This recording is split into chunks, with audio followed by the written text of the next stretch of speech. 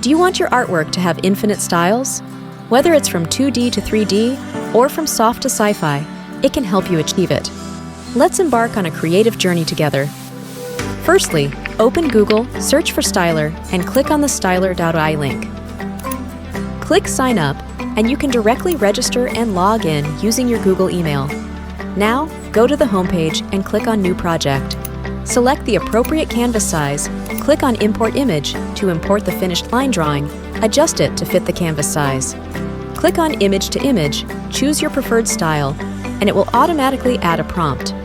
Adjust the structure and style controls, then click Stylerize. The style I want to create is in the bottom right corner. Place it on the canvas. We follow the same process to convert this 2D style into a 3D style.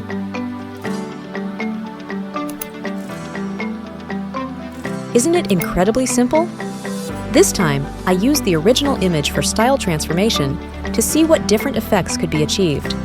Similarly, click on Image to Image,